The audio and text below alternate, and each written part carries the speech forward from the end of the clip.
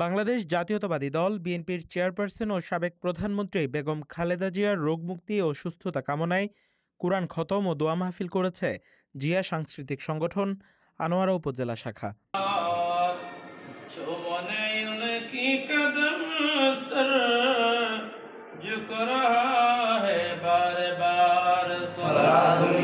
সোমবার ১ ডিসেম্বর সন্ধ্যায় উপজেলার সুরতবিবি মসজিদে চট্টগ্রাম ১৩ আনোয়ারা কর্ণফুলী আসনের বিএনপির মনোনীত প্রার্থী সরোয়ার জামাল নিজামের নির্দেশে দোয়া মাহফিল অনুষ্ঠিত হয়। পরে এতিমখানার শিক্ষার্থীদের মাঝে খাবার বিতরণ করা হয়।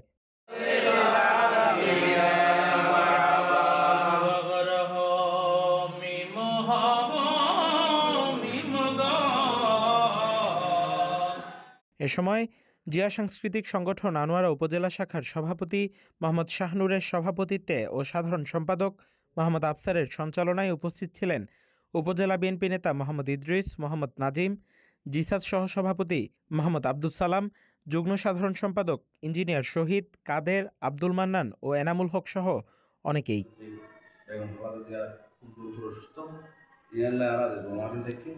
আল্লাহ দেশনেত্রী বেগম জিয়ার সুস্থতা কামনা করে এতক্ষণ পর্যন্ত মিলাদে মুস্তাফা আদায় করেছে মুনি দয়া করে মেহেরবানি করে আমাদের অপরাধ ভুলভ্রান্তি